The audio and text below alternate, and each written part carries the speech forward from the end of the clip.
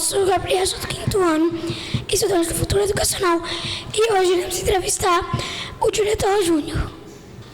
Oi, me chamo Maria Valentina, sou do 2º ano e hoje a gente vai entrevistar o tio Antônio. Sou o professor Antônio, sou o diretor do Pequeno Príncipe. Estou aqui para contribuir com vocês e ver o que vocês têm para nos perguntar nessa manhã. Eu sou Raimundo Júnior, diretor do Grupo Futuro Educacional. Estou aqui também à disposição para esclarecer as curiosidades de vocês sobre o ofício de dirigir uma escola. O senhor gosta de ser diretor? A gente, quando assume uma função, aprende a gostar, né? Gostar é uma atitude de amor àquilo que se faz. Agora a vez do Gabriel. Qual é o papel do diretor? Bom, o diretor, ele é como se fosse um maestro de uma ópera, né? Ele tem que ficar atento a todos os detalhes, as preparações dos eventos, a organização do calendário escolar, a estruturação de todo o funcionamento da escola, a orientação dos professores, da equipe administrativa, é uma série de funções, né? Cuidar também do alinhamento da questão financeira, tanto na rede pública como na rede privada, é um papel do diretor também. Então ele é um agente, ele é um personagem que ele tem que ter um olhar bem completo, Gabriel. Ele precisa estar ali focado desde o mínimo detalhe, até da portaria até o gabinete do diretor, passando por todos os setores ali, coordenações, professores, o pessoal do atendimento, portaria, né? E também está disponível para atender os estudantes e as famílias. É um papel bem amplo. O que o senhor mais gosta na sua escola? Do que eu mais gosto na escola, do resultado dos alunos no final do ano, quando todo mundo passa e vai fazer uma festinha na escola. Mas a gente gosta também de desenvolver atividades que sejam atrativas para que os alunos passem a fazer parte da escola e gostem de estar na escola, né? Fazer ele gostar da escola é um papel importante do diretor escolar na escola pública, fazer o aluno se sinta acolhido, se sinta parte da escola. Então, essa é uma coisa que eu gosto de fazer. Acolher bem o aluno, acolher bem a comunidade, para que a comunidade se sinta parte da escola. E existe alguma diferença entre ser diretor de escola pública e privada, particular? Sim, com certeza. A escola privada, geralmente o diretor tem mais autonomia para gerenciar determinadas situações, como por exemplo a questão financeira. Questão pedagógica, geralmente a gente segue diretrizes, padrões, leis para todas as escolas, mas gerenciar o financeiro, onde vai aplicar, como vai melhorar a estrutura da escola, é muito mais fácil na escola privada do que na escola pública. Na escola pública a gente é muito determinado por aquilo que a Secretaria de Educação determina que a gente faça. Então, por exemplo, uma reforma, a gente depende muito da Secretaria de Educação, isso demora tempo, né?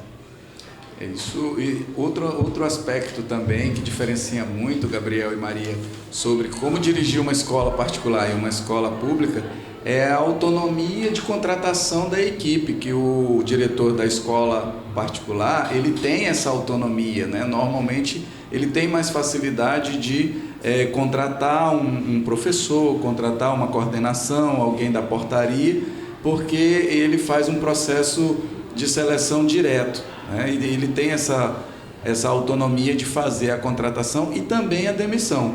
Já na escola pública, as coisas já não são tão ágeis assim. Todo o processo de contratação é feito por concurso, onde o diretor ele não tem a oportunidade direta de escolher toda a sua equipe. Às vezes ele consegue trazer alguém que ele confia muito para trabalhar junto, para ser ali o braço direito dele, mas não é algo que ele consiga fazer com toda a equipe. Outro aspecto também é a própria demissão, que na iniciativa pública é mais como exoneração, desligamento ou transferência de setor, né? De uma escola para outra, que faz a devolução de um colaborador, né, Antônio? Então, a velocidade das transformações dentro da escola particular, ela é mais rápida e mais efetiva do que na escola pública. Então, não é a mesma coisa. As diretrizes, né, a estrutura curricular normalmente seguem, como o professor Antônio falou, seguem o mesmo padrão, ou muito próximos, porque as escolas também têm uma certa autonomia, tanto a particular como a pública, de definir alguns elementos, né, algumas disciplinas da grade curricular que fale mais a linguagem da sua clientela, do seu público. Mas a base geral, ali de 80% a 90%, elas já vêm encaixotadas. Os diretores e os educadores, de um modo geral, são obrigados a seguir aquela diretriz que já vem pronta. E tem um pouco de autonomia. Uma regrinha pronta. Isso. Mas a velocidade nas tomadas de decisão e também nas mudanças, elas ocorrem com mais facilidade e flexibilidade na gestão da escola privada do que na escola pública, né? Então a tarefa do diretor da escola pública é mais difícil do que da escola particular. O que é uma gestão acolhedora para o senhor? Bom, uma gestão acolhedora é aquela gestão que entende tanto o estudante como cliente direto, como também as famílias na condição de cliente indireto, né? Então, acolher é mais do que receber na escola e instruir, dar as aulas, fazer os processos avaliativos acontecerem. É você compreender que ali na sua frente, como seu cliente, não tem um número só. O Gabriel ou a Maria, número 12 ou 13 da chamada.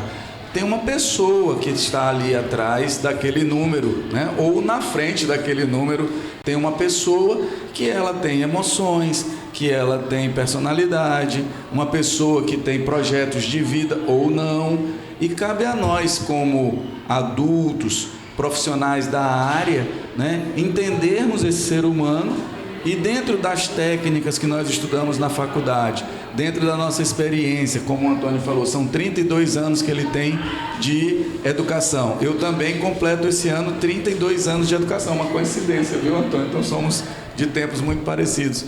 Então, uma escola acolhedora é essa escola que ela enxerga o estudante e as famílias e também os próprios colaboradores como seres humanos e não apenas um ocupante de um cargo ou um número de estudante na chamada, na lista de chamada ou dentro da sala de aula.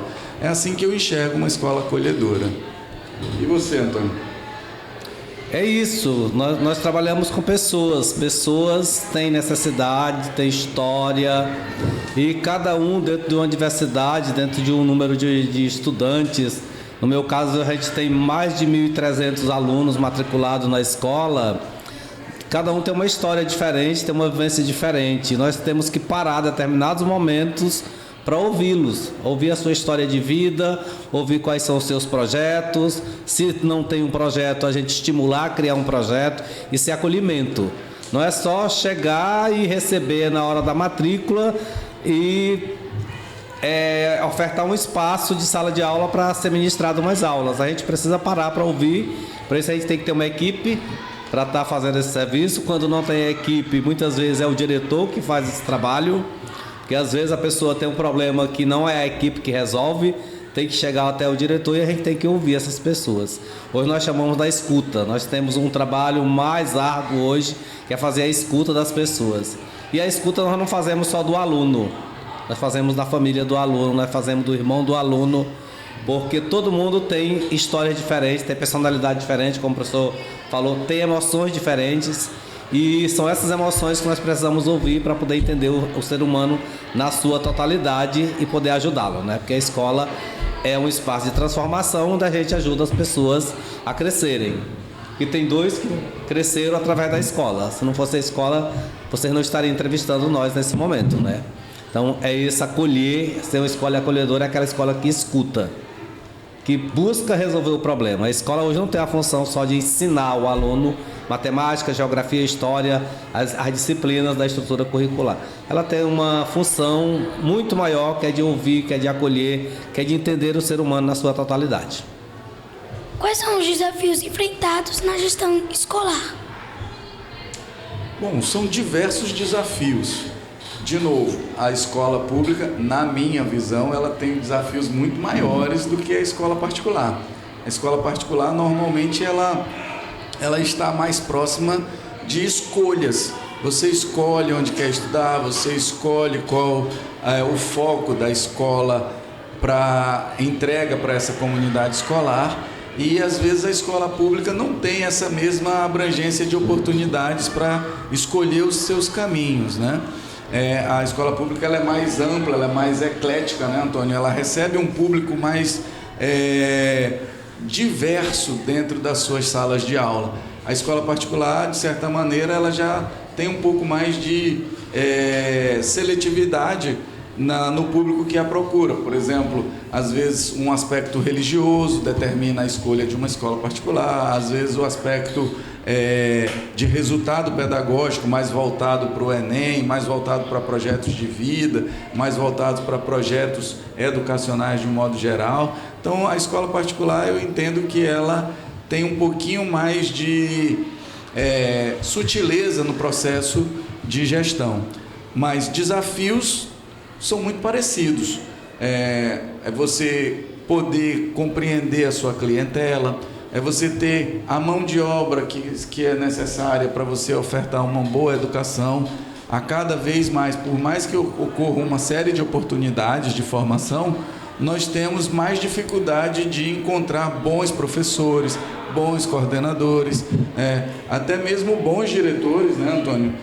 Bons porteiros. A mão de obra ela tem ficado mais, a mão de obra de qualidade tem ficado mais escassa. Então, assim, de um modo geral, a mão de obra, os talentos que vão permitir que a gente possa oferecer uma educação de qualidade, na minha visão, é o maior desafio que a direção escolar enfrenta hoje. Trazer talentos para contribuir no processo de educação. Acredito que o talento é uma palavra bem assertiva na fala do professor Júnior, quando a gente fala de desafios, né? Ele fez um paralelo entre o desafio da escola pública e da escola privada, quando ele coloca a questão da seleção das pessoas, da escolha das pessoas.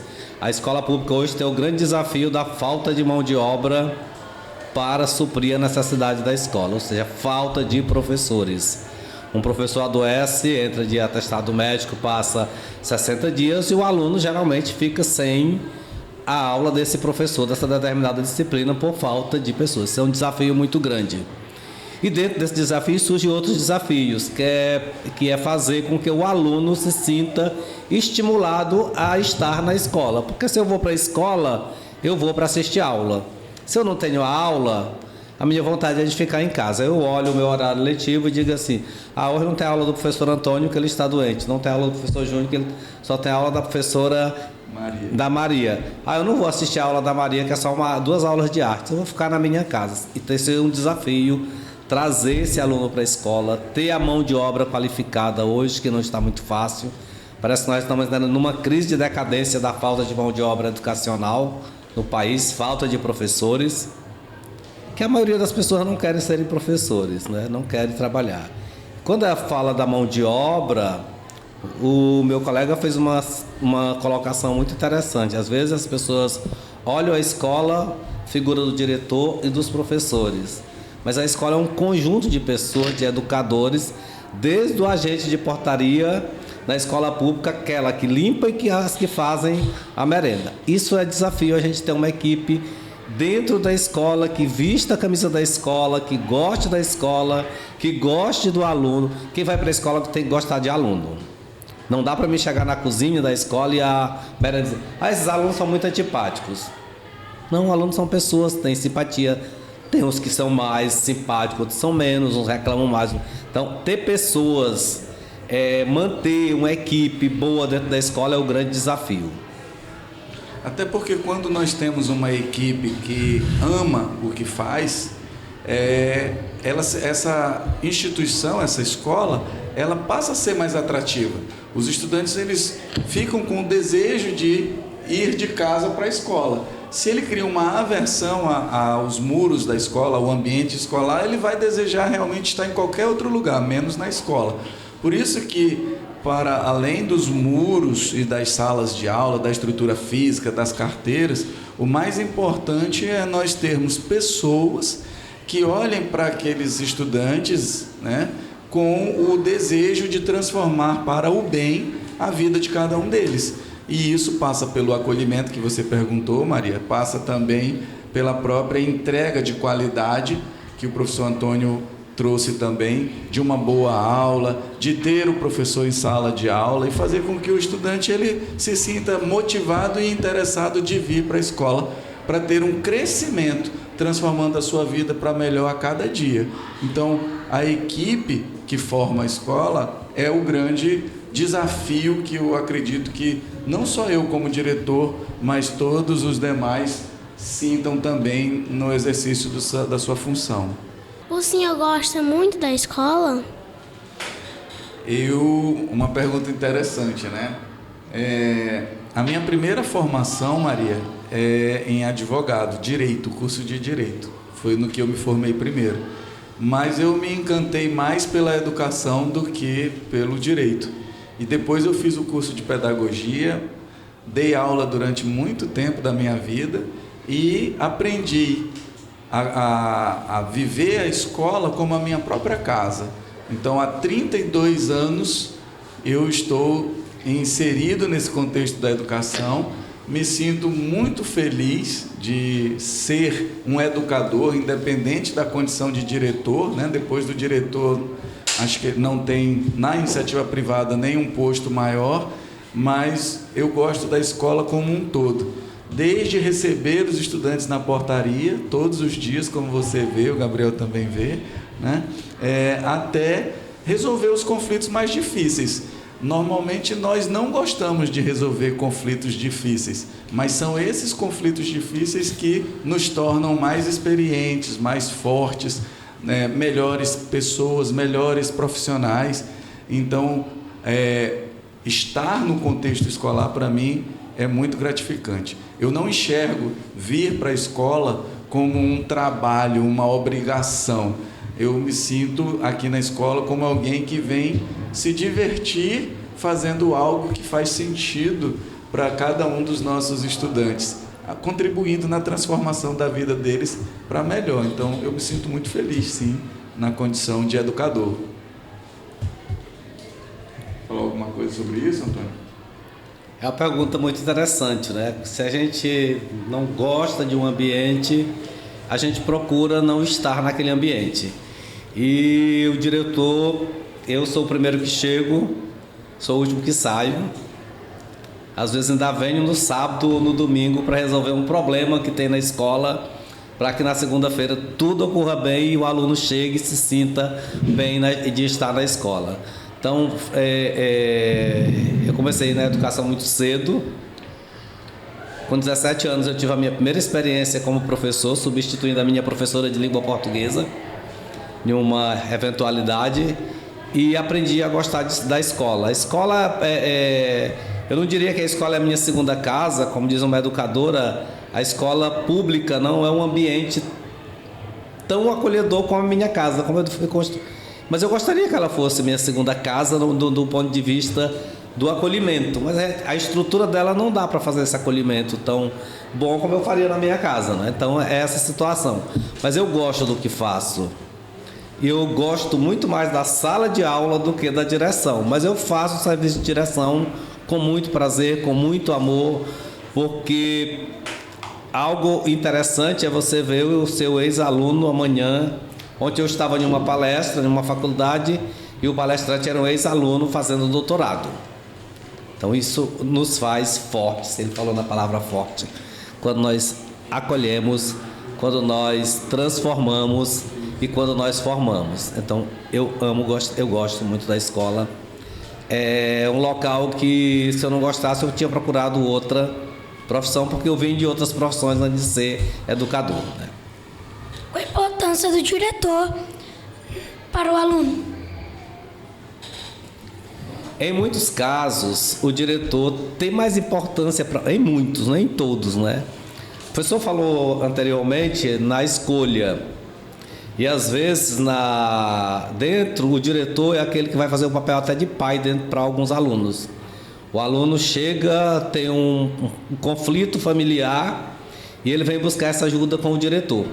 Então ele é uma pessoa que tem que ganhar a confiança desse aluno, mas não só do aluno, de todo mundo que está faz parte da comunidade escolar. Então ele tem essa importância de fazer uma ponte de diálogo entre a família e o aluno, entre a família e a comunidade de modo geral, né? Entre a escola e a comunidade, mas principalmente quando se trata da importância dele para o aluno. Se ele é uma pessoa que trata o aluno com carinho, com educação, ouve, como eu falei anteriormente, escuta esse aluno, ele vai ser uma pessoa de grande importância na vida desse aluno. Ele vai ser, o diretor vai ser aquele que vai ajudar esse aluno a transformar a sua vida, a sair muitas vezes de uma condição social inferior para uma condição social melhor, né? Então eu acho que o diretor é alguém muito importante para a vida do aluno, porque quando você tem um problema, quem é que o aluno procura? Diretor. O diretor. Então, se ele não fosse importante, naturalmente ele não seria procurado pelo aluno, né? O pai tem um problema, procura o diretor, tá? Então, e aí é o nosso crescimento enquanto profissionais, quando nós solucionamos esses pequenos problemas, quando nós conseguimos resolver esse problema para o outro, certo? E além disso, Gabriel e Maria, o diretor ele precisa ser aquele agente do processo, da comunidade, que tenha a sensibilidade de enxergar todas essas necessidades que o Antônio trouxe muito bem, de enxergar também as oportunidades que essas necessidades exigem e, principalmente, na condição de último posto da hierarquia da escola, o diretor ele precisa ser visto também como uma autoridade, né, investida de poder para que possa solucionar definitivamente um problema que já vem se arrastando, às vezes, de uma relação entre dois colegas, depois envolve o professor, depois envolve a coordenação, não solucionou ainda, chega no diretor, esse problema precisa ser solucionado de alguma maneira, ainda que não seja a melhor maneira possível, mas o diretor, ele tem, dentro da visão e do relacionamento com o aluno, essa função e essa condição de autoridade. É a pessoa que, em última instância, resolve os problemas, seja de um jeito que agrade mais ao estudante ou não, mas ele precisa resolver o conflito, resolver o problema de forma terminativa naquela instituição. Dali para frente eu posso buscar outras instituições, a justiça, o conselho tutelar ou outras instituições fora dos muros da escola, mas dentro da escola o aluno, o estudante, ele precisa entender que o diretor é a autoridade, que é o norte, que é a referência de solução definitiva de qualquer conflito. Acredito que, somando essa minha abordagem com a do Antônio, fica mais claro para vocês e também para quem está nos assistindo, como é que é essa relação entre o estudante, aluno e o diretor da escola. É difícil ser um diretor? Olha, eu diria para você que é difícil ser qualquer coisa. Ser diretor não é fácil, assim como não é fácil ser médico, não é fácil ser piloto de avião, não é fácil ser um gari, por exemplo, né, que cuida da nossa cidade com muito carinho, recolhendo o lixo. Não existe nenhuma profissão que seja menos importante ou que não seja difícil. O que eu diria é que, como nós comentamos antes, né, que somos felizes com o que nós fazemos, isso torna a nossa profissão, o desempenho da nossa função mais suave, mais gratificante, né? Principalmente porque nós, hoje, com a experiência que nós temos, nós enxergamos que a cada vida que nós contribuímos para formar um cidadão melhor, lá na frente nós vamos ter a retribuição deles com o reconhecimento de que em algum momento nós fizemos parte do crescimento dele enquanto profissional. Esse estudante pode ser alguém que vai nos atender em qualquer segmento, né? Pode ser um médico, pode ser um advogado, um engenheiro, um arquiteto, né? Ou mesmo ali um professor que diga, olha, eu não pensava em ser professor, mas me inspirei no senhor e hoje estou aqui na sala de aula transformando vidas como transformaram a mim. Então, não é fácil, mas também não é nada que você colocando amor, você colocando paixão no fazer do dia a dia, seja algo que não vale a pena, né? Vale muito a pena. Eu gosto muito de ser diretor, gosto muito de ser, primeiro, educador, né? E diretor é só uma posição dentro do processo de educação. Pessoal, terminamos o nosso primeiro bloco do podcast Protagonistas do Futuro. Obrigada, diretores. Já a gente volta com o segundo bloco.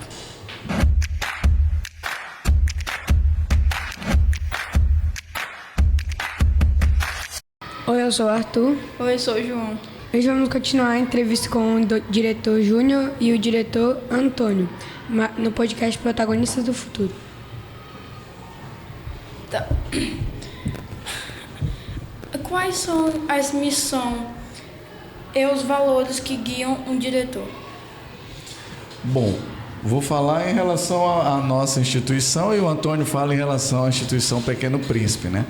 Aqui no Futuro, os nossos valores eles estão muito ligados ao desenvolvimento humano, né? Aqui a nossa missão é transformar o estudante a cada dia na sua melhor versão em busca do seu projeto de vida, sempre com um cuidado ligado ao emocional de cada um, ligado à formação intelectual, ligado aos relacionamentos, né? Ligado ao autoconhecimento do estudante consigo, né? Por isso é um autoconhecimento, e também do conhecimento e do relacionamento dele com os outros. Dentro desse contexto de valores, nós buscamos contribuir no desenvolvimento desses estudantes com valores que são importantes para que ele, enquanto ser humano, enquanto cidadão, possa ter uma vida de sucesso, como a ética, a disciplina, o amor, a colaboração, né? Aqui na escola nós trabalhamos muito o aspecto coletivo, e esse aspecto coletivo em busca desses valores de disciplina, ética, né? Baseados em pilares como autonomia, independência e busca de um aprendizado de excelência, nós estamos sempre contribuindo com todo o nosso esforço de trabalho e equipe para que o estudante possa ser um agente de autotransformação, se tornando cada dia melhor do que o dia anterior em relação a si mesmo, e possamos, de certa maneira, contribuir na formação desse cidadão para o sucesso dele enquanto ser humano e enquanto profissional. Então, esses valores para nós são essenciais dentro da gestão do Grupo Futuro. Bem, quando a gente fala de missão, a escola pública tem uma missão importante, que é a transformação do ser humano em um ser humano mais humano, ou seja, a transformação humana. E aí nós trabalhamos em cima dos valores do respeito, da dignidade e principalmente hoje o respeito à diversidade. A escola pública tem uma diversidade muito grande de pessoas com concepções diferentes, com valores diferentes, com perspectiva de vida diferente, com projetos de vida diferentes.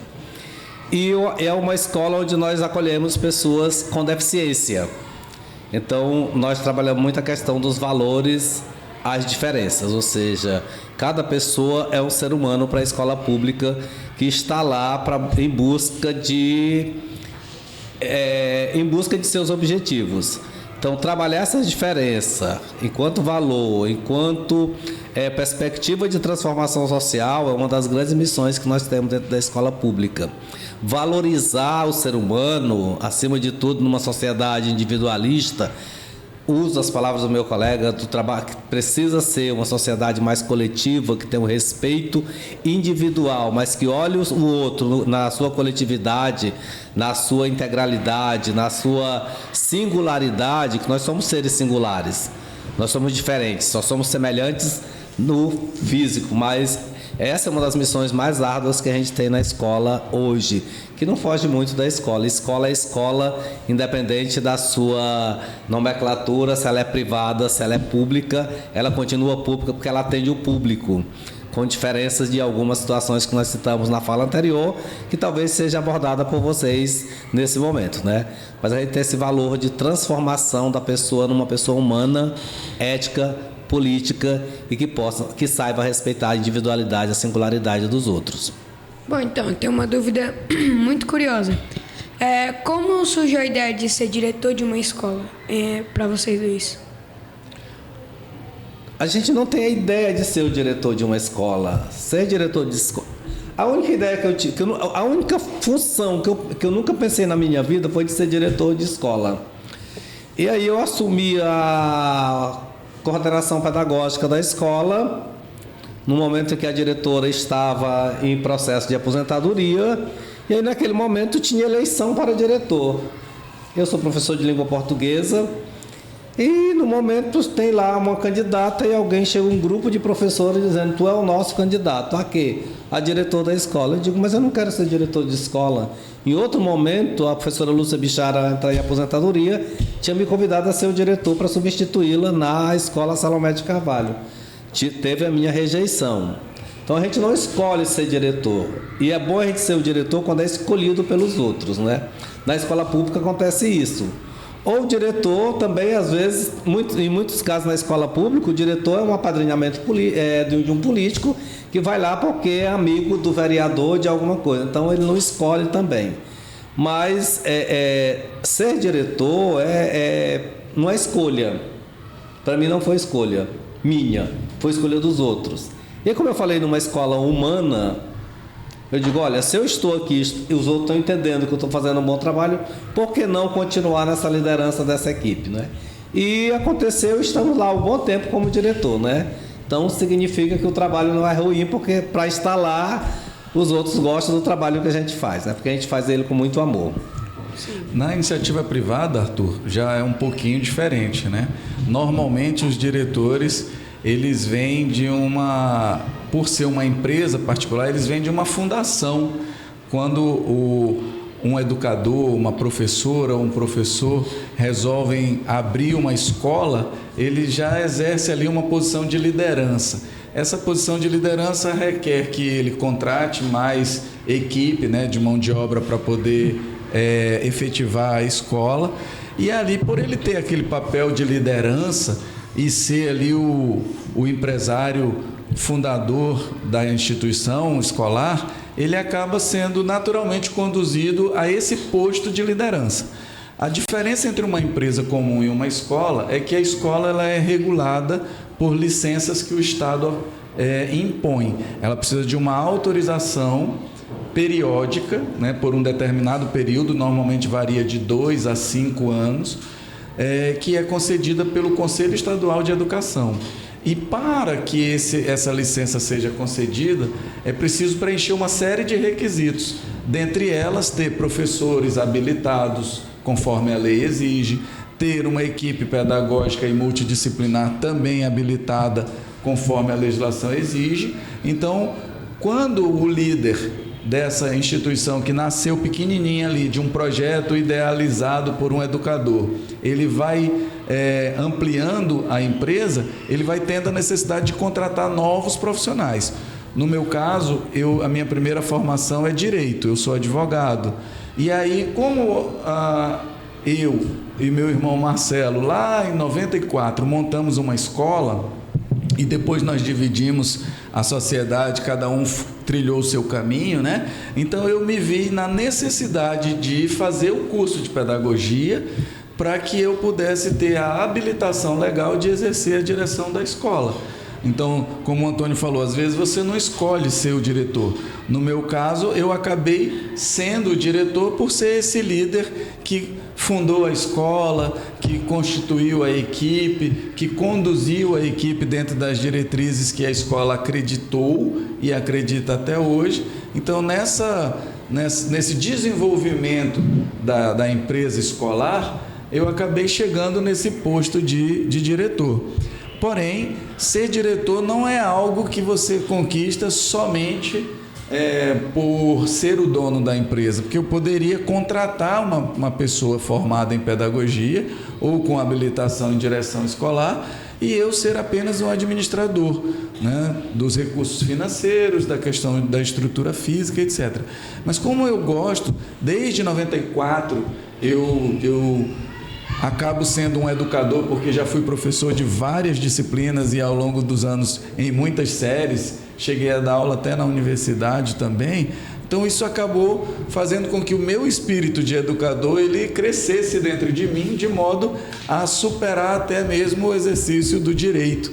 Então eu hoje não advogo para fora, só advogo para a empresa Futuro, mas a minha atividade principal, que eu vivo, que eu respiro, que eu me alimento dela, é a função de diretor escolar. Então, no meu caso, acabou sendo uma escolha, né? Não é um pouco diferente do caso do Antônio, mas foi uma escolha de exercer essa posição dentro do processo educativo, mas não necessariamente por ser o dono da empresa, sim porque eu me identifico, acredito que devo desenvolver um bom trabalho, tanto que a escola ela é respeitada, então por isso eu ainda continuo aqui, né, como na função de diretor.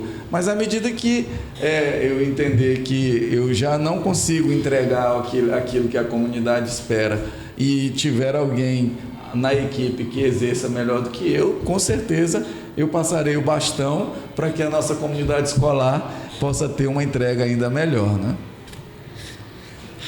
Qual é o seu planejamento e visão do futuro? Bom, o nosso grande planejamento em termos de visão do futuro é tornar a escola ainda mais efetiva, com entregas que atendam o maior número de estudantes com visões diferentes, porque você segregar demais a entrega da escola, ser uma escola, por exemplo, que só entrega aprovação em vestibulares, é uma escolha? Mas ela exclui uma série de seres humanos que estão em fase escolar, né? Então, por que a escola ela não pode ampliar sua visão de futuro, sua visão de mundo e oferecer para além de um resultado de excelência acadêmica? Eu poder oferecer, por exemplo, disciplinas que complementem a formação cidadã, que desenvolvam o empreendedorismo, que ampliem, por exemplo, o projeto de vida com a educação financeira, que possa permitir que o indivíduo tenha uma ampliação do seu leque de escolhas e não apenas ser um advogado, um engenheiro ou ser um professor mesmo. Ele poder ser um professor que tanto dá aula como pode se candidatar a um cargo de diretor. Ele pode também ser um professor que no futuro seja um empreendedor e monte o seu próprio negócio para além da sala de aula, ou seja, formar um cidadão que consiga enxergar e atuar num ambiente mais amplo do que propriamente a sua escolha profissional acadêmica de universidade, entendeu? Então essa é a nossa visão, formar um cidadão mais completo, um cidadão mais equilibrado e que consiga, a partir de valores muito bem consolidados, ter um bom relacionamento no contexto, na sociedade onde ele está inserido. Complementando o que o meu colega acabou de falar, a gente tem que... Uma visão de futuro é sempre também a gente manter o trabalho realizado pelas instituições, isso faz tanto ser na escola pública quanto na escola privada, de resultados acadêmicos. O aluno é um cliente que vem procurar a escola, o pai do aluno traz o aluno para a escola porque confia no trabalho, no resultado que a escola faz, tanto na questão acadêmica como na questão da formação cidadã. Então a gente tem que olhar o futuro sempre vendo que o mundo está em constantes transformações e nós precisamos alcançar essas transformações para responder a uma demanda social que todos os dias está batendo a nossa porta. E uma das demandas sociais citada pelo professor Júnior é justamente a questão do empreendedorismo. Em outro momento, nós tínhamos uma missão de formar o aluno para ser... Nós fomos formados para isso, né? Para ser o advogado, para ser o professor, para ser o médico. E hoje nós formamos o aluno para ele entrar numa faculdade, nossa formação básica, mas que ele possa também ser aquele que vá ser o empreendedor, aquele que possa ter o seu próprio negócio, aquele que possa trabalhar, não só trabalhar de empregado. Ou seja, em uma época o aluno geralmente fazia direito para ser advogado. Hoje a maioria que faz direito faz para entrar no concurso público federal. Então, ou ter a sua própria empresa. Então, trabalhar essa questão das transformações, a visão de futuro de qualquer escola é acompanhar, ter uma visão de transformação da sociedade e acompanhar essas transformações, oferecendo esse ensino de qualidade, esse ensino humano, principalmente ser humano para o aluno. Porque não adianta nós sermos bons e não sermos humanos. Quais são suas dificuldades como diretor? Se tu perguntasse as facilidades, eu não saberia te citar, mas dificuldade eu faria a manhã inteira falando de dificuldade, né? São dois mundos diferentes, uma escola privada e uma escola pública. Quando o Júnior cita a questão de estar diretor, nós não nascemos diretor e nem nos formamos em diretor. Eu fiz uma pós-graduação em gestão escolar. Ele foi fazer o curso de pedagogia, que saiu habilitado em gestão escolar, tá? Para gerenciar uma escola e ter os parâmetros legais, que nós precisamos de parâmetros legais. Então, ser um diretor não é simplesmente eu pegar alguém porque eu gosto e colocar ele. Tem que ter conhecimento para administrar a escola do ponto de vista o administrativo, o pedagógico e o financeiro. Então, a gente tem que ter essas três esferas dentro da... E fazer isso é muito complexo porque as pessoas ainda centralizam muito essa função na escola pública ao diretor. Então, uma dificuldade é formar uma equipe que faça a gestão, a sua parte de gestão. Todo mundo em uma escola é o gestor. O agente de portaria que nos recebe aqui é um gestor da portaria da escola. A merendeira é uma gestora da cozinha onde se faz a merenda. O professor é um gestor da sala de aula. Então, uma das dificuldades que a gente tem é das pessoas compreenderem o papel deles dentro da escola. E na escola pública, um dos desafios, da dificuldade é ter essas pessoas qualificadas para exercer essas funções. Se a gente tivesse, a coisa seria bem mais fácil para a gente estar lá na escola fazendo o nosso trabalho todos os dias. Qual é a importância da formação continuada do diretor? Extremamente importante, né? Como eu falei anteriormente, nas transformações pelo qual a sociedade passa, o mundo passa, e nós, enquanto diretores, precisamos estarmos conectados a essas transformações. E nós só estamos conectados hoje através da formação continuada. Então, o diretor, como médico, como advogado, psicólogo, qualquer outro profissional, a gente não para de estudar. Nós estudamos todos os dias. Um diretor tem que gostar de ler, tem que gostar de participar de congressos, de encontros de diretores e tem que estar em constante formação. Formação continuada é a alavanca que impulsiona o bom funcionamento da escola. Nós temos todo dia se muda as diretrizes curriculares, se muda a legislação, se amplia a legislação. Então, nós precisamos estar formados, estar conectados com essas mudanças. E só a formação continuada vai nos proporcionar estarmos conectados com isso e podemos fazer uma gerência do espaço escolar, da escola, da comunidade, de maneira equitativa e de maneira que responda às necessidades da sociedade contemporânea. João, e a questão da formação continuada, ela passa pela educação também, mas ela não é só na educação. É uma questão de mentalidade. Todas as áreas que você observar, você vai perceber que nós somos obrigados a estudar diariamente. Um mecânico de carro, por exemplo, há 10 anos atrás não imaginava que existiria um carro elétrico. E hoje existe o carro elétrico. E o mecânico de um carro a combustão não vai ter a mesma eficiência ou o mesmo conhecimento ou o conhecimento necessário para dar manutenção e revisão em um carro elétrico. Então, estou dando um exemplo de que, apesar de o termo formação continuada ser quase que um sinônimo de qualificação da educação, a formação continuada ela é necessária em todos os segmentos. Seja na medicina, seja na engenharia, seja no direito, seja no âmbito dos serviços, né? Para você hoje trocar uma lâmpada, as lâmpadas hoje já trazem tecnologia de LED. Os ar-condicionados, para ter manutenção em ar-condicionado, antigamente era um ar-condicionado de parede. Hoje você tem um ar-condicionado que uma peça fica do lado de dentro do imóvel e a outra parte fica do lado de fora. Então, se você olhar para todos os lados, você vai perceber que há necessidade de atualização de conhecimento. Por isso que eu digo que não é uma questão de função, é uma questão de mentalidade. Se eu quero crescer na minha profissão, se eu quero permanecer no mercado, eu preciso me atualizar o tempo inteiro. E isso é formação continuada. Pessoal, esse foi o segundo bloco do podcast Protagonista do Futuro. Agradeço a experiência de ter entrevistado um diretor de escola pública e um diretor de escola particular para saber sobre a diferença das suas dificuldades, né, em cada uma das suas escolas.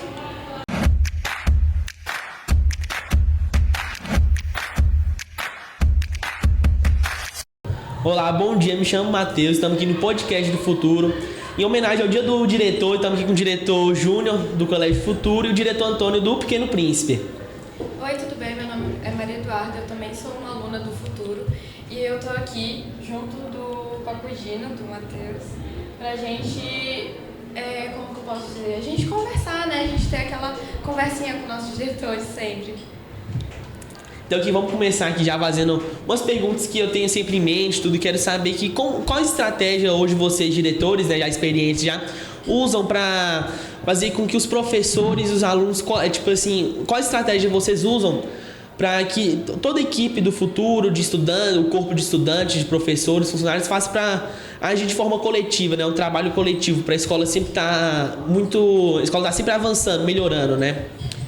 Bom, muito legal a tua pergunta, Matheus, porque esse tipo de alinhamento, ele funciona muito bem quando nós trabalhamos diariamente para que nós possamos estabelecer o que nós chamamos no mundo empresarial de cultura empresarial. A partir do momento em que você estabelece a cultura empresarial ou a cultura organizacional, porque aqui nós temos também o Antônio que desempenha o papel de diretor de uma escola pública, então ela não é uma empresa, então vamos chamar de cultura organizacional, porque a escola pública também é uma organização.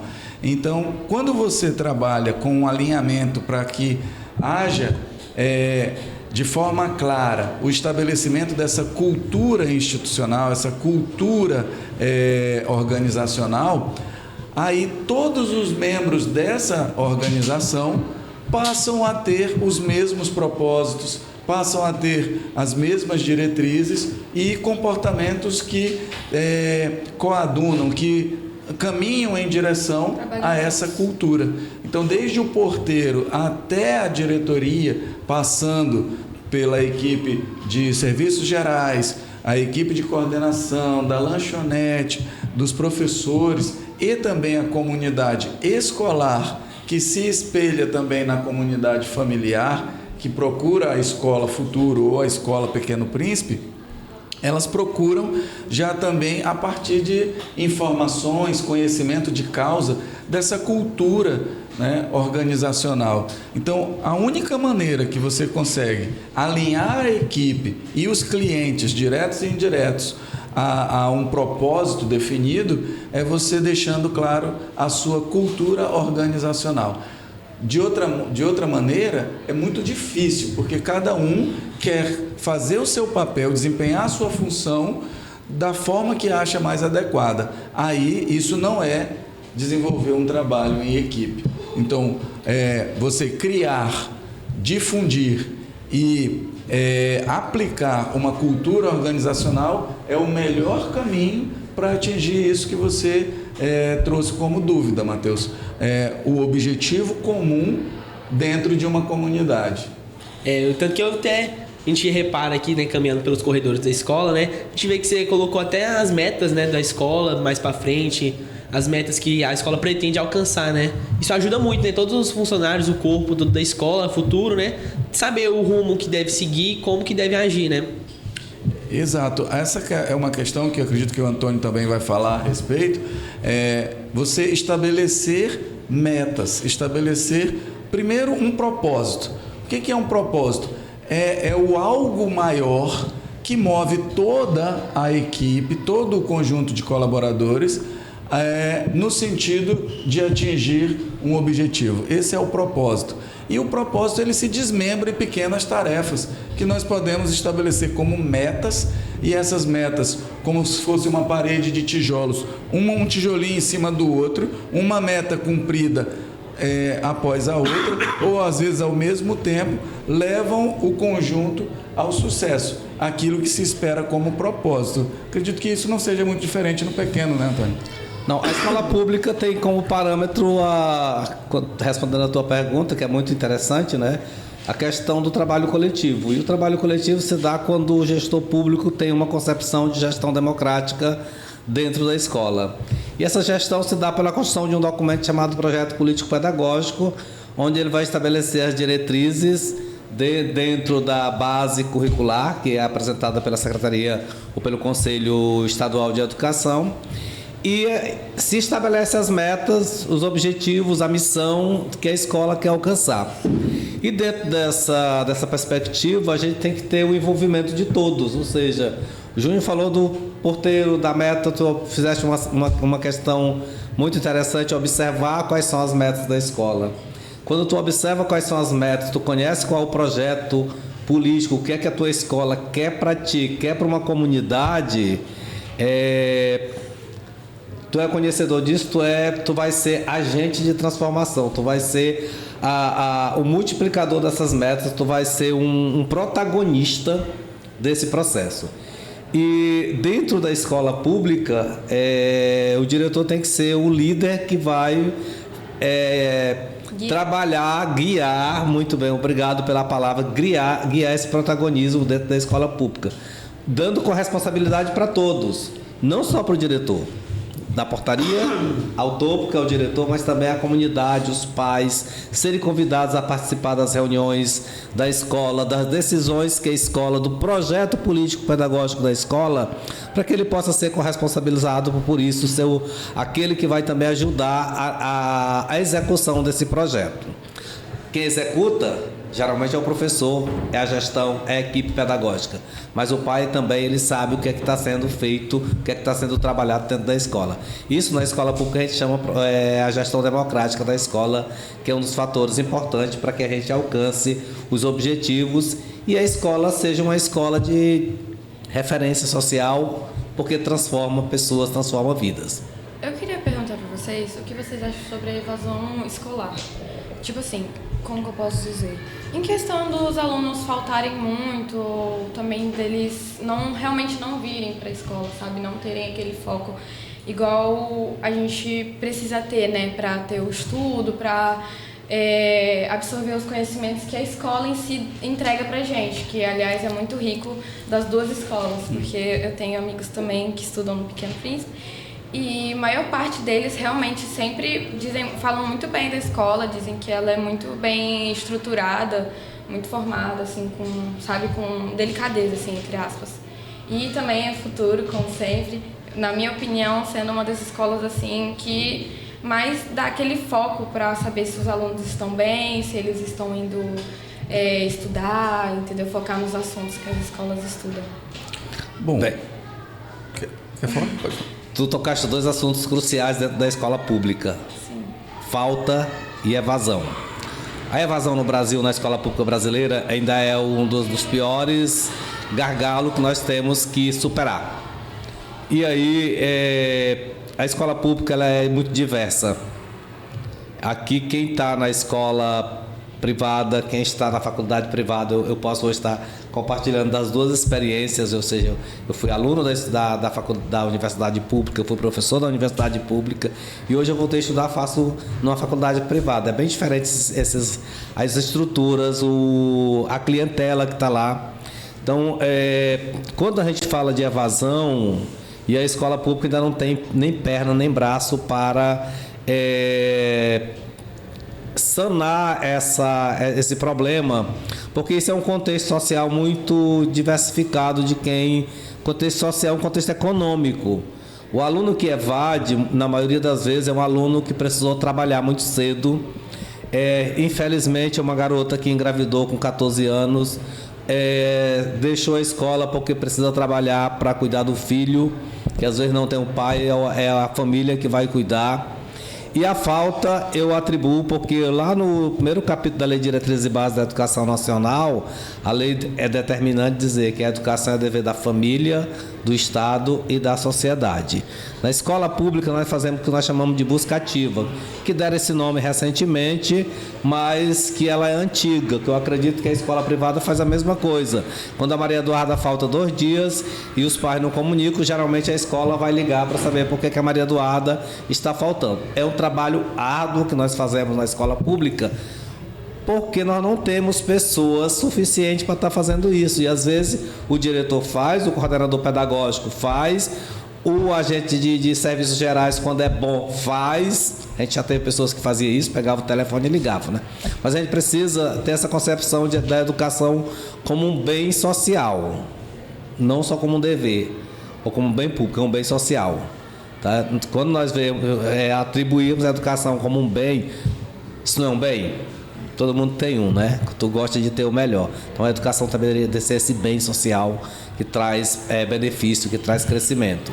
Então combater a evasão, combater a falta do aluno na escola é um desafio, porque às vezes nós não sabemos. Pra você ter uma ideia, nós temos aluno de Itupiranga, no Pequeno Príncipe. Temos aluno tudo quanto é de residencial. E nós não temos pessoas, e ainda tem uma variante nessa situação, que nós temos o telefone de um pai, nós ligamos hoje, já não é mais o telefone que tem. O que nós vamos fazer para resgatar esse aluno?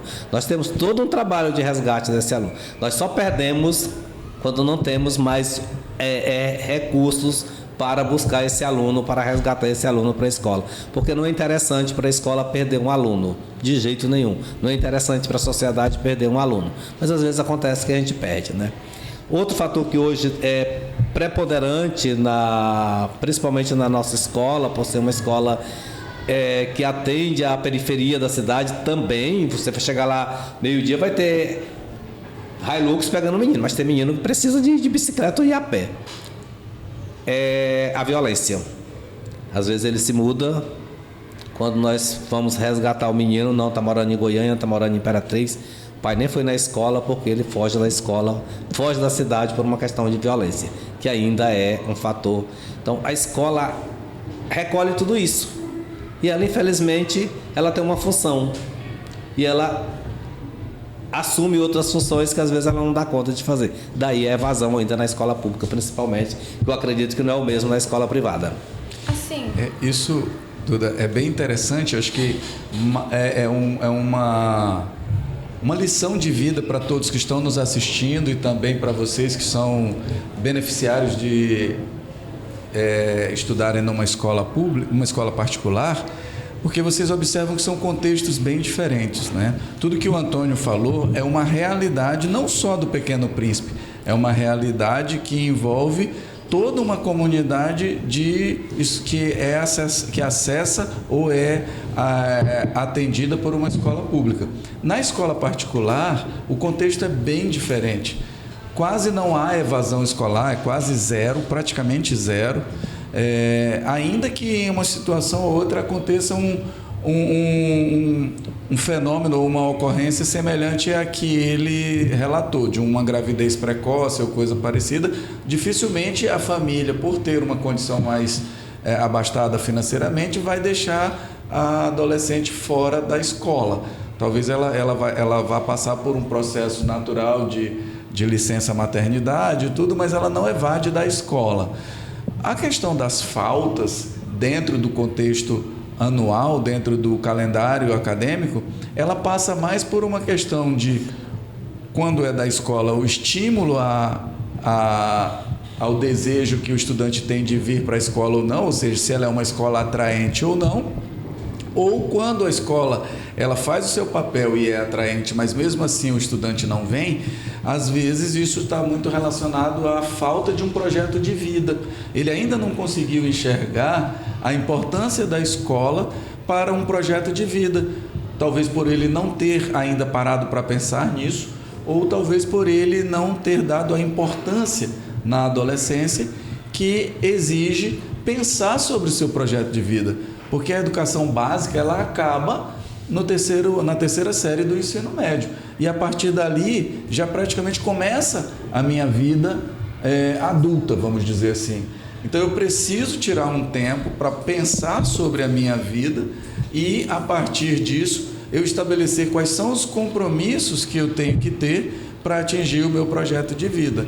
Então, a escola particular, nesse contexto da tua pergunta, é bem diferente da escola pública, mas tanto uma como a outra precisam se tornar espaços atraentes para que o estudante, dentro da escola, possa tanto fazer um bom uso das ferramentas que a escola desenvolve e entrega, como também ficar afastado desses ambientes de vulnerabilidade, violência, uso de entorpecentes ou coisa do tipo. Então, a escola ela acaba sendo, dentro dos seus próprios muros, um refúgio onde vários olhares, como o Antônio destacou, toda uma equipe que desenvolve a educação passa a ter um olhar atento, uma escuta ativa para perceber pontos de perigo, pontos de atenção que podem perpassar pela necessidade de conversar com a família,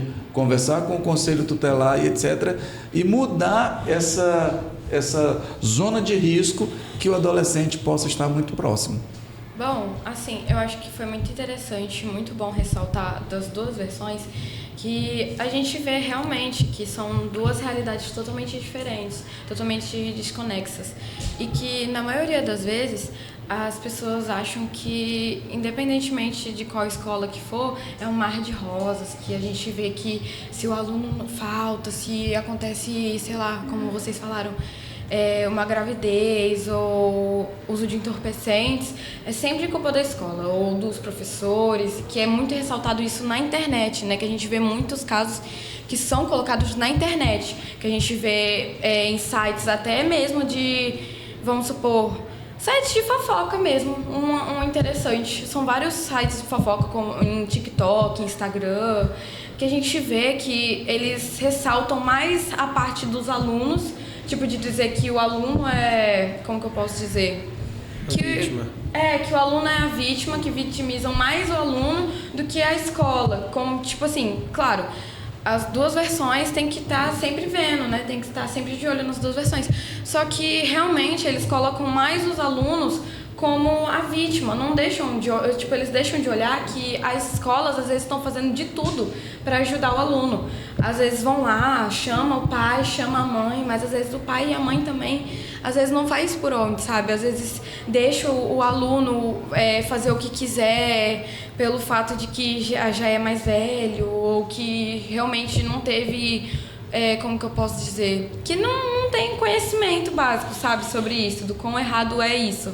Então é muito bom realmente ver, perguntar isso para vocês e ver as duas versões e vocês ressaltarem sempre que a gente tem que sempre estar de olho nos alunos e sempre ter que estar ali, como que eu posso dizer?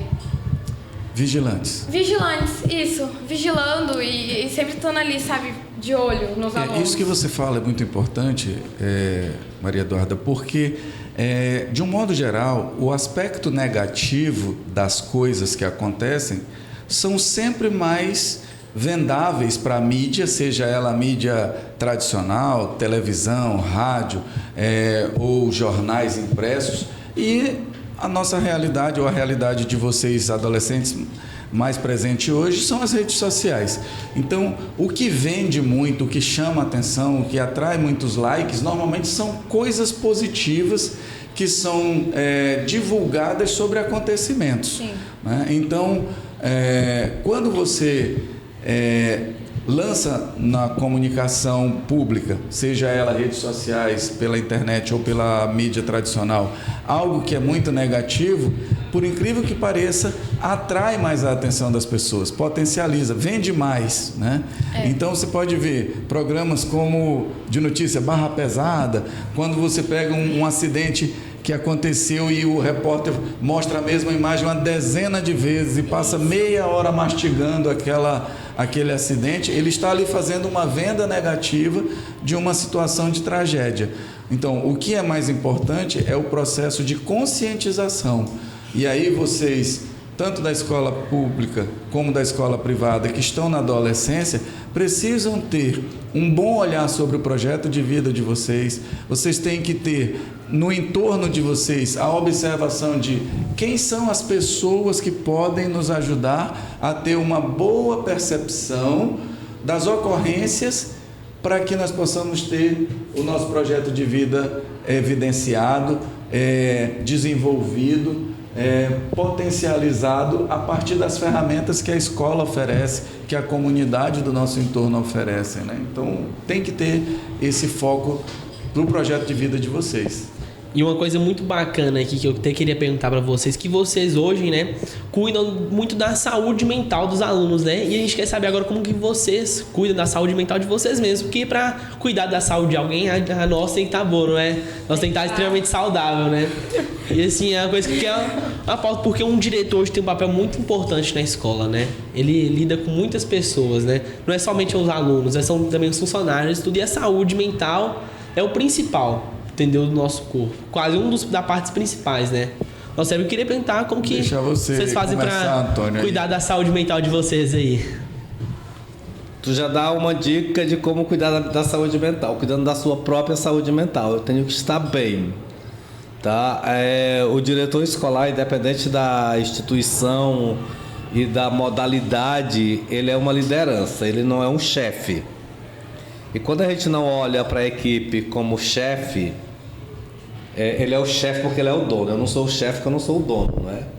Tá? Ele, na fala com os meninos, nós falamos sobre a questão de estarmos diretores, né? Cada um com motivos diferentes de um pouco, né? Porque amanhã, se ele não quiser, diz, o Antônio pode ser meu diretor. Eu conheço o trabalho dele, eu convido ele para... o Antônio não. Tá, mas assim, a saúde mental, nós temos na sociedade um problema muito grave de saúde mental, de falta de cuidado da saúde mental na escola pública. Eu vou falar do servidor público. E os professores estão adoecidos por uma série de fatores que daria para a gente ficar o resto do dia discutindo fatores. Entre eles, a violência. Agora, tu imaginas quando nós recebemos o pedido de uma mãe que está trazendo o filho de uma escola, de uma outra instituição, porque o filho não obedece mais o pai, e não quer ir mais para aquela instituição, e a instituição não cancela a matrícula dele, porque ela não é interessante para ela em novembro cancelar uma matrícula, e esse adolescente com 17 anos está muito irritado dentro de casa, ao ponto de já ter puxado uma faca para o próprio pai. Agora eu trago esse adolescente, coloco numa sala lá do 2º ano, que já é agitada, e digo, professor, lá tem um menino que puxou uma faca para o pai. Então eu já estou contribuindo para um adoecimento mental desse professor que vai entrar nessa sala. Aí eu tenho que, se eu recebo este aluno em outro contexto, o primeiro trabalho que eu tenho que fazer é com a família. É quase um trabalho do psicólogo mesmo com esta família, para saber o que está acontecendo, qual o contexto social dessa família, para esse aluno estar nessa irritabilidade toda, né? E aí eu preciso estar bem. A gente, para dirigir uma escola, eu tinha até notado algumas coisas sobre saúde mental, né? A questão da liderança é interessante. Trabalhar a questão da inteligência emocional hoje é muito interessante depois da pandemia, porque as pessoas estão num foco de estresse muito grande. Nós, professores, nós, diretores, temos uma carga de trabalho excessiva. Nós não cuidamos só do aluno, nós não cuidamos só do professor, nós cuidamos... E o aluno e o professor não são números, são pessoas, são gente, são seres humanos que precisam, têm suas emoções, têm suas peculiaridades, têm suas singularidades, e nós precisamos conhecê-los para tratar dessa singularidade. O professor não se difere disso, né? E aí nós temos uma questão, nós temos que ser empático com o outro. Aqui entra a questão da empatia, tanto quanto o professor quanto com o aluno, não é? Temos que ter equilíbrio psicológico. Eu não vou ter tratado o outro se eu não tenho equilíbrio psicológico para cuidar da saúde mental do outro, para identificar que o outro está adoecido. E tenho que cuidar disso de maneira... Eu tenho que ser político nessa atitude, mas eu tenho que ser muito ético nessa atitude de você chegar para mim enquanto adolescente e falar de um problema que você tem e eu ter habilidade técnica, ética, política para chamar a sua família e dizer que é isso. Com o professor não é difícil. O professor está adoecido e diz assim, mas eu não quero entrar com a licença saúde para mim. Quantos eu não recebo na minha sala dizendo, olha, eu estou uma pilha, mas eu não quero... E assim, pela minha experiência, no meu curso de pedagogia, eu fiz 360 horas de psicologia da educação, onde a gente trabalhava essas nuances do emocional do aluno. Mas a experiência vai te levando a identificar o emocional do outro. E a gente precisa saber fazer uma leitura do que o outro está sentindo. E não é só quando ele fala. O nosso corpo fala, o nosso rosto fala, nós não precisamos dizer que estamos sentindo. Eu trabalho há 20 anos com o Júnior. No dia que ele não chegar bem aqui, eu conheço que ele não está bem. Eu dou aula para ti durante esse ano. Se eu chegar na sala e tu não estiver bem, eu vou reconhecer, porque o teu corpo fala para mim. Para mim, o teu corpo tem uma fala. E quando o corpo fala, eu preciso ter falado há muito tempo para deixar o corpo falar. Nós não nos comunicamos só com a linguagem, que é um ato natural do ser humano, que só nós temos a linguagem, mas o nosso corpo fala. Nossa, né? Fisionomia, né? Exatamente. Fisionomia tensa, cansada. Cansaço e tudo mais, né? Então, cuidar da saúde mental dos seus pares dentro da escola é uma questão muito interessante. Mas a gente precisa também cuidar da nossa saúde mental. Aquela ideia que na maioria de vocês e de alguns pais, eu identifico o menino se automutilando. Aí ele vem com uma blusa de manga comprida. Eu identifico o professor com dor de cabeça. A dor de cabeça, ele não está com dor de cabeça. Ele está com outro problema de saúde que não é dor de cabeça. Às vezes é o estresse excessivo e se manifesta com a dor de cabeça. O nosso corpo se manifesta de várias formas quando nós estamos adoecidos. Então isso nós temos que identificar no outro enquanto liderança, enquanto pessoa que lidamos com seres humanos. Eu não sou o chefe, eu sou colega de trabalho, eu sou o líder, eu sou o condutor de um processo educacional. Então eu preciso ter esse equilíbrio primeiro comigo para poder ter equilíbrio com os outros, né? Eu fiz uma formação um dia desse com os professores e não era para me ficar na formação inteira, eu ia fazer a abertura. Eu fiquei a manhã inteira com os professores porque eu fiz 3 perguntas e eu tive que estar discutindo essas perguntas o tempo inteiro, né? Que nós seres humanos, voltando à questão da mídia, do que é ruim, nós trabalhamos a vida inteira como gestores, fazemos educação, transformamos vidas. E ninguém nunca vem aqui para publicar o nosso trabalho. Mas se a gente fizer, jogar essa xícara na cabeça da Maria Eduarda, amanhã todo mundo sabe que eu joguei a xícara na cabeça da Maria Eduarda, que eu sou... Parece que toda a minha construção era uma pirâmide de areia que alguém chegou e derrubou, né? Então, essa é uma questão muito séria hoje, da questão. E a gente precisa ter esse cuidado, cuidar de si. A ideia de que eu não preciso de terapia é errada. A ideia de que tu não precisa de terapia é errada. A ideia de que o meu colega não precisa de uma terapia, de consultar um psicólogo, é errada. Então nós temos que cuidar do nosso corpo e da nossa mente, porque eles não são separados. E se um está ruim, o outro vai estar ruim. Tem que mudar essa fala, né? Que o pessoal pensa que terapia é só pra quem só pra quem é doido, só pra quem tá com algum problema, né? Não. Terapia é cuidado. Nós temos... De que é que tu se... Qual a tua parte do teu corpo que tu mais se cuida? Que eu cuido? Sim. Meu cabelo. O cabelo, não é? Tu anda com o cabelo? Não, mas aí Não. realmente eu acho Então, olha o cuidado. Nós vivemos numa sociedade que nós não temos a cultura do cuidado. Eu cuido do cabelo e da pele. Mas aí o Mas eu não cuido por dentro e nem cuido do meu pezinho. Porque se eu cuidasse do meu pezinho, tem uma plantinha e corte a raiz para ver o que acontece com ela. O que acontece? Quando eu carrego o meu peso o dia inteiro você corta. no meu pé e eu não cuido do pé, até no banho eu lavo o resto do corpo, mas o pé eu não lavo. Então olha a complexidade do ser humano. E aí eu tenho duas extremidades, o pé e a cabeça. Eu tenho que cuidar dos dois para mim cuidar do resto do corpo. E essa questão da saúde emocional após a pandemia virou uma epidemia, né? Ou seja, todo mundo está adoecido por alguma coisa.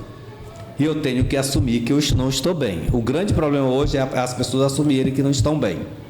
Você está bem? É a grande mentira que a gente fala no Setembro Amarelo, do suicídio, né? Sim. Como é que tu está, Maria? Estou bem.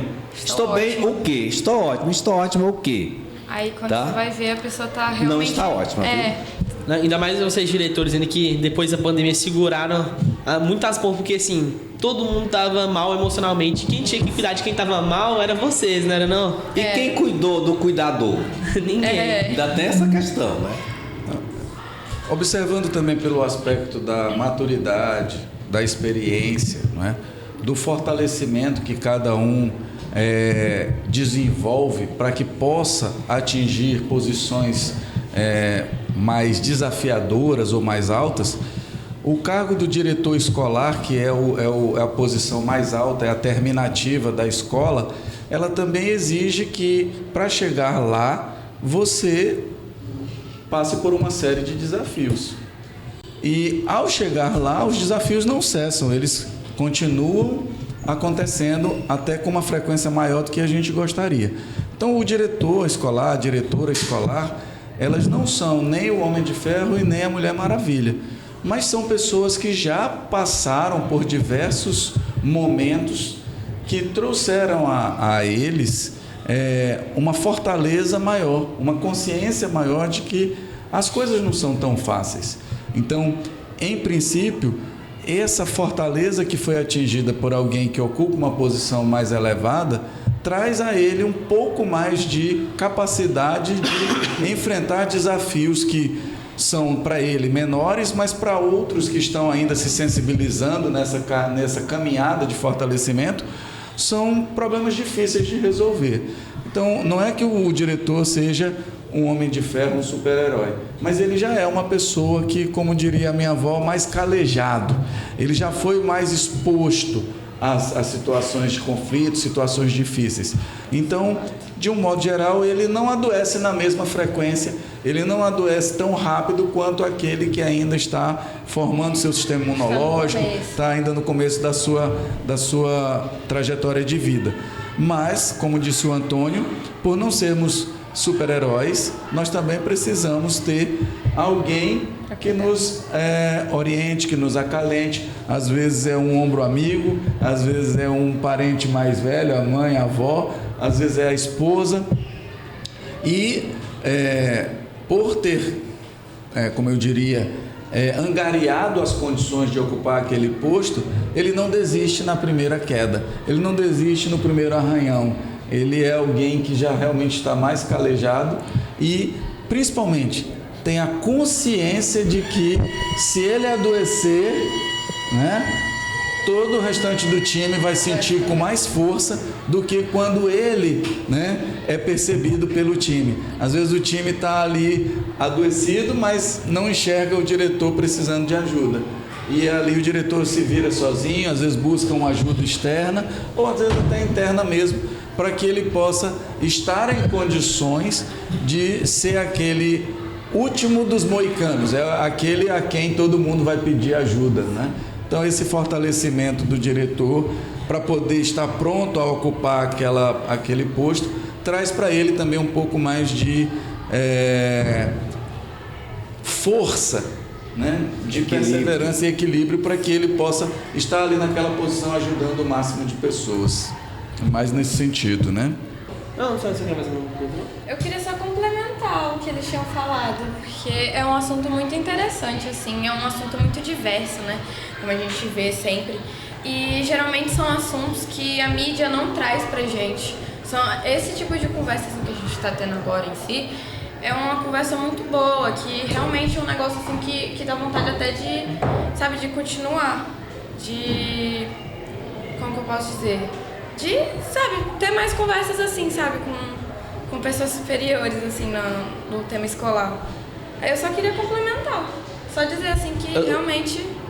Eu tenho uma pergunta assim mais puxada pro diretor Antônio, porque essa pergunta que eu vou fazer, né, vou realizar, o diretor Júnior já responde todos os dias aqui no futuro, que seria as dificuldades, tipo assim, como que você consegue implementar as tecnologias da escola pública, sabe? Quais são os principais desafios para implementar técnicas, inovações tecnológicas nas escolas públicas que ajudam, né, o bem-estar social dos alunos, tudo.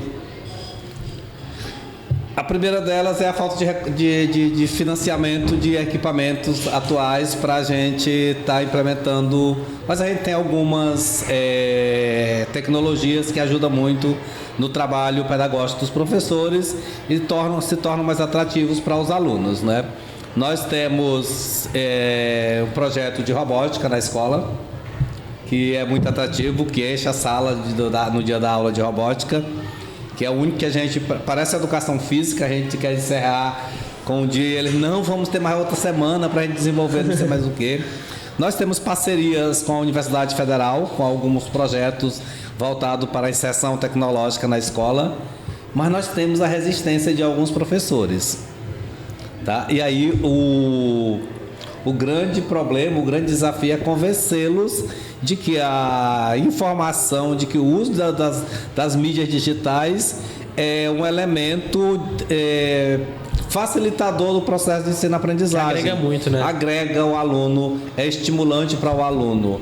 Temos a questão do aluno não saber utilizar as mídias, ou seja, o celular é um grande aliado dentro da escola, mas eu preciso saber dosar o que é quando eu vou utilizar um aparelho digital, uma mídia digital, e quando eu vou utilizar os recursos tradicionais, porque nós não vamos fugir do que é tradicional. Hoje nós temos experiência de países desenvolvidos que proibiram o uso de determinadas mídias dentro das salas de aula, porque deixaram os alunos sem a empatia com o outro, sem a conexão com o mundo ao seu redor. Então a gente precisa saber utilizar tudo com equilíbrio, né? Até que ponto, até que ponto benéfico, pode ser benéfico e até que ponto pode atrapalhar.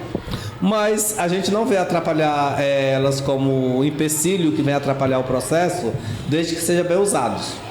Então a gente precisa ter um bom planejamento para usar de maneira coerente e de maneira assertiva para que possa ser mais um instrumento pedagógico, mais um instrumento. Se a gente fala de mídia hoje, eu estava lendo aqui, lembrando de quando eu despachava um processo para a SEDUC via papel aqui, via correio ou via DRE, e eu passava 3 meses. Hoje eu despacho despacho de encruzilhada, né?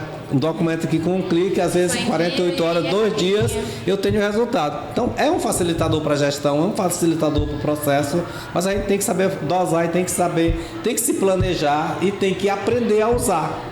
A grande questão da resistência do professor é que ele não foi formado para usar as mídias digitais. Então, os cursos de formação continuada são aquém daquilo que exige da gente que nós possamos estar usando. Nós temos vários elementos, esqueci o termo em técnico, né? Sites de pesquisa e tudo mais. Nós precisamos ensinar o aluno, mas precisamos ensinar o professor. Eu não ensino para essa questão da questão emocional. Se eu não estiver bem, eu não tenho como cuidar bem de ti. Então, se eu não tenho como formar o outro para usar, eu não tenho como pedir o outro que faça uso daquilo. Então, a gente precisa ainda de mais políticas públicas voltadas para a questão do uso dos equipamentos digitais e mais acesso a esses equipamentos digitais, mais acesso às mídias digitais para a educação. Então, o acesso também ainda não é o pleno, porque nós temos uma internet no Brasil que ainda não é a melhor do mundo. No Pará, nem se fala. Na escola que eu sou diretor, relampejou, a gente já está sem internet, né? Então tem umas situações, mas tudo é possível com planejamento, com políticas públicas, com vontade e com disposição de quem está lá para fazer. Pessoal, encerramos aqui mais um podcast incrível com os nossos 2 diretores aí que ajudaram muito a gente a esclarecer muitas dúvidas e direcionar a gente, né, que somos alunos ainda, eles têm mais experiência que a gente. E eu aqui, a Maria Eduarda, queremos presentear, né, os nossos diretores aqui, porque foi o dia do dia do diretor, né? Então aqui é um presente de coração aqui. Obrigado, diretor.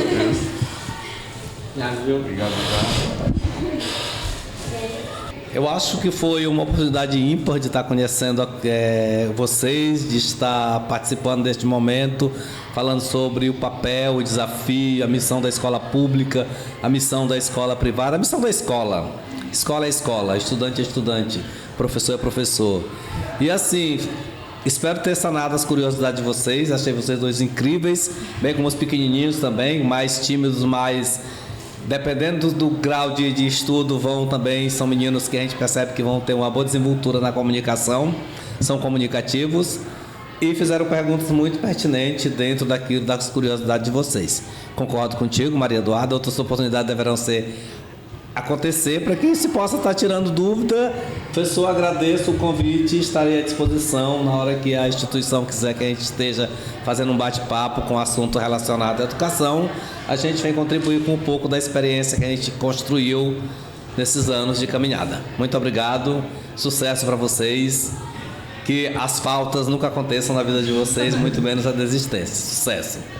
Muito obrigado aí a Roberta, que é a nossa coordenadora de eventos, pelo convite. Agradecer também aos estudantes que passaram aqui por essa mesa, trazendo curiosidades bastante interessantes a respeito da função do diretor escolar, né? E me sinto bastante lisonjeado de receber tanto esse presente, como também a homenagem do Dia do Diretor Escolar, porque o ofício diário de conduzir os projetos de vida, ter essas vidas de vocês todos, né, sendo inspiradas a partir de bons exemplos e bons conselhos e bons modelos, nos faz fortes e também nos faz persistentes de virmos todos os dias para a escola para contribuir com esse processo de transformação. Então, muito obrigado pela oportunidade. Outros momentos poderão ser realizados também nesse sentido e estamos à disposição. Muito obrigado. Parabéns, Antônio, pela participação também. Obrigado.